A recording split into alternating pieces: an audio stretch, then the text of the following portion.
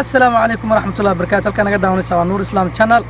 هدي أنا وعصبت سبسكرايب كنا صار لايك تدير رجلنا أي نوت هاي حاجة هو سنة وحي فكر كذا كومنت جاي نوقر مع السند. runtii maanta waxaynu hayaa fiidiyowaashii hore fiidiyo ka duwan waa gabar Soomaaliyeed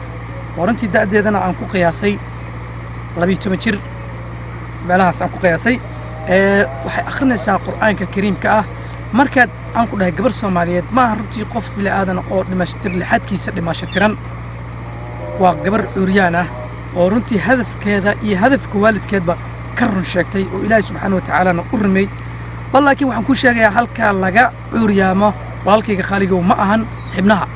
halka laga curyaamo waa qalbiga yaana ka hor dhicin ila daawo maasin فالعاصفات عصفا والناشرات نشرا فالفارقات فرقا فالمدبرات أمرا يوم ترجف الراجفة تتبعها الراجفة قلوب يومئذ واجفة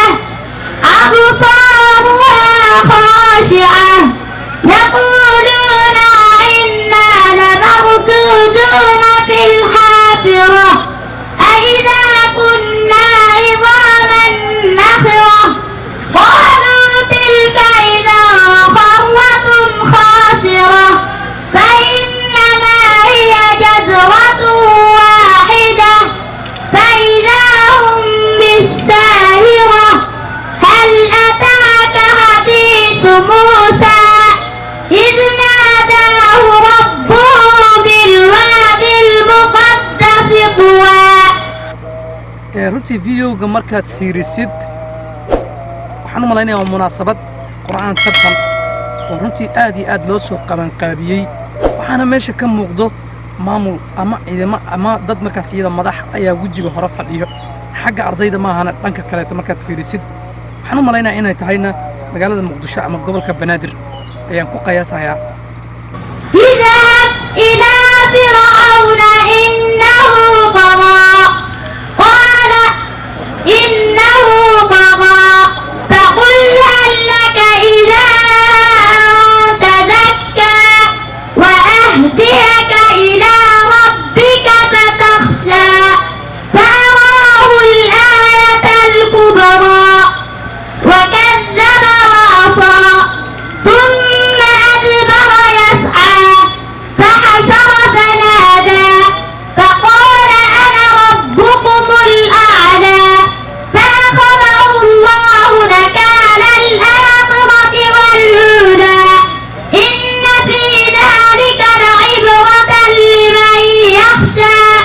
أأنتم أشد خلقا أم السماء بناها رفع سمكها فسواها وأغطش ليلها وأخرج ضحاها والأرض بعد ذلك دحاها أخرج منها ماءها متاعا لكم ولأنعامكم فإذا جاءت الطامة الكبرى يوم يتذكر الإنسان ما سعى وبرزت الجحيم لمن يرى فأما من طغى وآثر الحياة الدنيا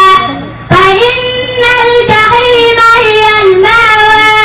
وأما من خاف مقام ربه ونهى النفس عن الهوى فإن الجنة هي المأوى يسألونك عن الساعة أيان مرساها صدق الله العظيم xasbuk baaraka allahu fiik runtii waad dareemi kartaa qofkani wuxuu xambaarsan yahay malab kuma tilmaami kari waa wax ka macaan waa kalaamkii ilaahay subxaanahu wa tacaala waxaa jira kumanaan qof oo dayacay qur'aanka oo naga mid ah ilaahay subxaanahu wa tacaala naga yeelo kuwa qur'aanka ku dhaqmo runtii waa daaweeyaha xanuunada dhammaantood وداويها قلبي وداويها دنتا iyo murugta alle ku haysato marka ayada hadduu videogan ku soo gaaray waxaan ka codsanaynaa mar labaad inaad noo share gareysay subscribe-ka noo saartid like-tana aad noogu dhufatay marka ayada si noogu noqoto dhiirigelin aan u soo badinana videoyalkan oo kaleeta waa gabar Soomaaliyeed oo marka iyada ah ka run sheegtay hadafkii ay kala hayeen waalidkeed ilaahay subxaanahu wa ta'aala waxaan leeyahay waalidiinta kuwaas oo kaleeto ajri xasanaad ha ka siiyo kuwa kaleetana waxaan rajaynayaa inay ku daysadaan gabadhaas yar oo sidaas iyada quraanku akhrinayso anoo iska bilaabaya aniga walaalkiina saaxiibkiina waad ku mahadsantihiin daawashadiina asalaamu calaykum waraxmatullaahi wabarakaatuh